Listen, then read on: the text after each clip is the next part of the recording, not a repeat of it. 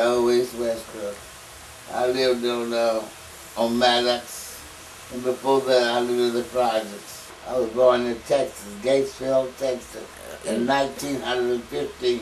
What was your mom's name? Dora Davenport. My father's name was named Rowdy Morris. Riley Morris. Rowdy. Rowdy. Rowdy. Yeah, Rowdy Morris. That's a great name. Well, his name was William, but he was so rowdy, everybody called him Rowdy. I had a twin brother, and he died, and his name was Arrow. I had two half sisters. One name was Christine, and the other name was Teresa. And from then on, I was born in Gatesville. I was raised in Gatesville and Lampasas. I went to school in Gatesville and Lampasas. I got up to a certain little teenager. Then I went to school in Austin at Tilson College. Tilson College was girl exclusive, just for girls. Mm-hmm. So I went there for about a year or so. And then I couldn't stay no longer because there were no boys in that group. And with my age at that time, I was looking for boys and not for school. Well, Tilson College was a kind of college you could start from the 6th grade on up. In those days, you didn't go to the 10th and the 11th and 12th school. You only went to the 10th grade. Uh-huh. And the reason why I was there was because my stepmother had a niece who was in the college, and they could put me in there, so they put me in there so she wouldn't be lonesome. That's the reason I was there. I wasn't there because I had merit kind of thing in school. I was getting there. Mm-hmm. So that's why I was in this college. You were being company for your stepsister. What was her name? Not a stepsister, but a cousin. A cousin. Beulah. Beulah. I stayed there for about a year and something. Then I got tired of it. And then all I could do is go to the fence and look out. Because the school was not for school. It was a girl, exclusively for girls. And the girls couldn't go out of school unless somebody went with them or took them and brought them back. As a chaperone. Right. Right.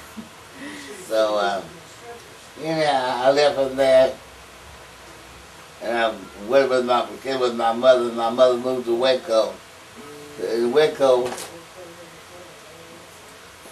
and she moved to Waco. And going to Waco, I went to school there, and I went up to the 10th grade. Mm-hmm. And at that time, I didn't finish school like I was supposed to. I said went up too. Because there's some days, little girls were fast like they are today, but not as fast as they are today. And then when I got there, I met a man by the name of Otis Kreiner. And he was a young man, and I fell for him. And he and I married, and we had 2 children. One girl's name was Evelyn, and the other girl's name was Otis Lee.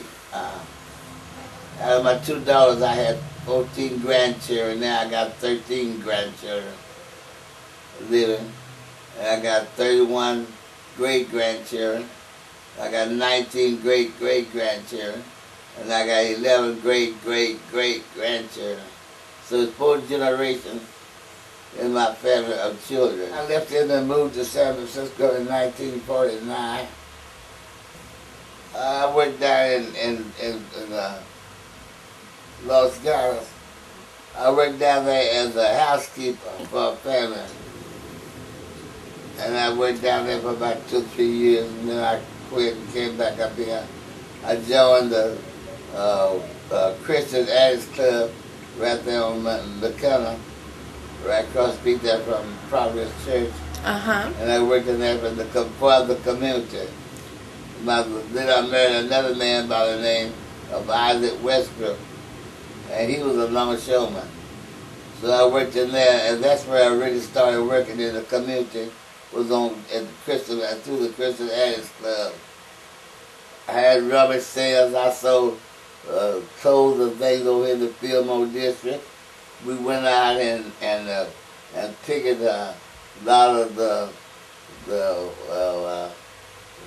people who had stores and things on 3rd Street, because in those days, long time ago, in those days, a lot of jobs was in San Francisco, but where we lived, in the neighborhood we lived in, it wasn't any jobs for the black folks. Right. And Davis Shipyard was getting ready to close at that time too.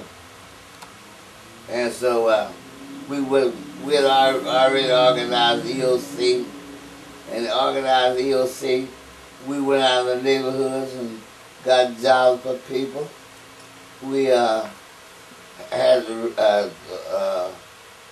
we got food, toys, and things like that for people.